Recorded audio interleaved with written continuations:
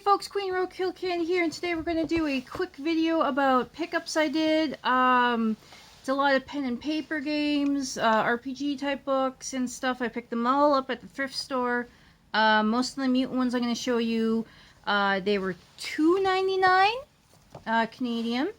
And then when I get to some of the other ones, a lot of them were like $1.99.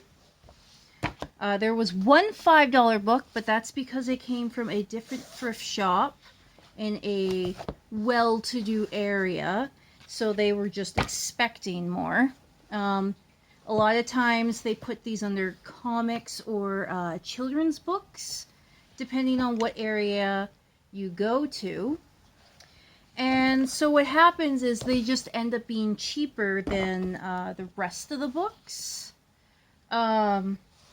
I mean, adults play these, but I could see them also arguing like teens. And so anyways, they basically count them as kids' books in one of the thrift shops, and then the other thrift shop's like, no, this is an expensive rich person hobby book. Pay like top dollar. And so you gotta watch which one you go to. I mean, it's not terrible. Some of the books there good price, some of them aren't, because you can get a lot of the vintage role-playing books in my city quite easily. The better well-known ones, or I should say ones that are more wanted, I suppose, those ones usually go for about $20 at most if you go to like consignment sections and different things. Very easy to get. Right down to $5. So I'm looking for things I want lower than $5. So a lot of these, like I said, $1.99, 99 cents, $2.99, just because they're so easy to pick up. Now, I realize a lot of these you can get on Amazon. And on Amazon they sell for 1 cent. And then the shipping is anywhere from $5.50 to and up from there. So like you could pay a penny for a book, and then it's like, no, it's $10 to ship it to you, because I live in Canada, and so a lot of times it's like kind of hit or miss if you want something off Amazon. So we're getting into the Plane Scapes ones now.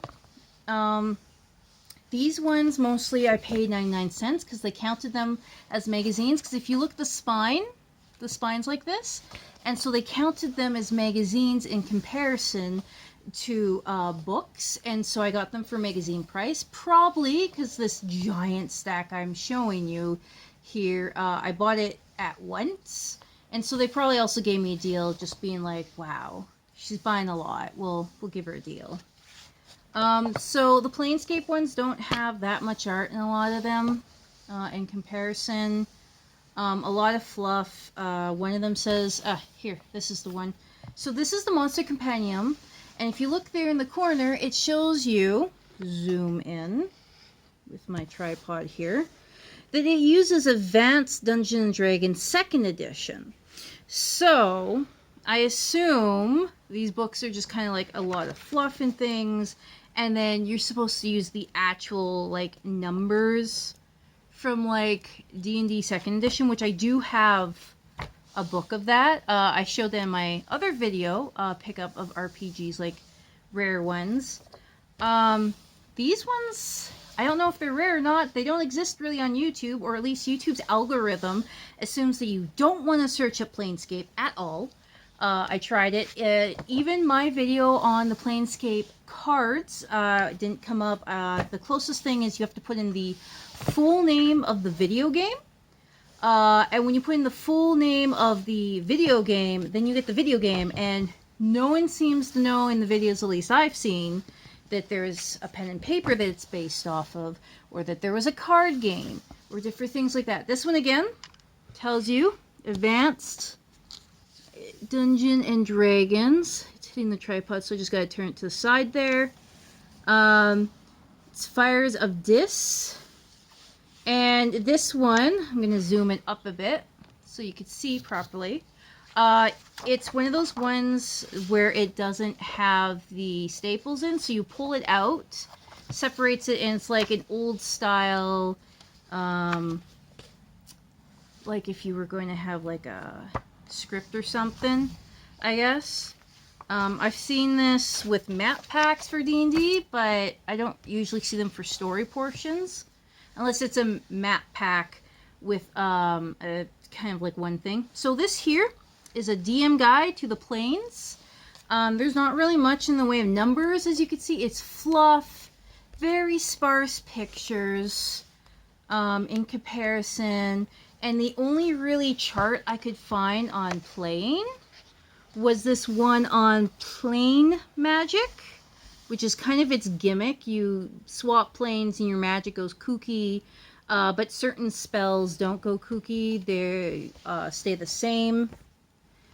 And then there's like words you have to change for the spells. Like mostly it's the spell mechanic that is radically changed in this, but everything else I assume, since there's no numbers, no rolling, no nothing shown in here, that I'm just going to have to use the D&D book. So this is the actual book I would use. Fair amount of art in it. But as you can see, no numbers, no explanation on rolling, just some fluff. Now the last book I got, different thrift shop, well same chain, but different one, different area of town. These things sell $10 used in my city at consignment store. They were selling it for $5 plus tax. So I only saved about half of it, but it was in a wealthier area, so they just expect more. Like I say, the other areas often put these under children's books, instead of like rich person hobby is basically how they see it in the wealthier end of town. So big price jump there. Like I said, most of the ones, like the mutants, were $2.99. The Whispers in the Dark were $1.99. Few of the Plane Scapes were $1.99, and then everything else was 99 cents that had that spine. Thank you so much for watching this pickup. Please like and subscribe. I want to do more kind of pickup videos for different kind of things like this. Something you might not know. I mainly do my pickup videos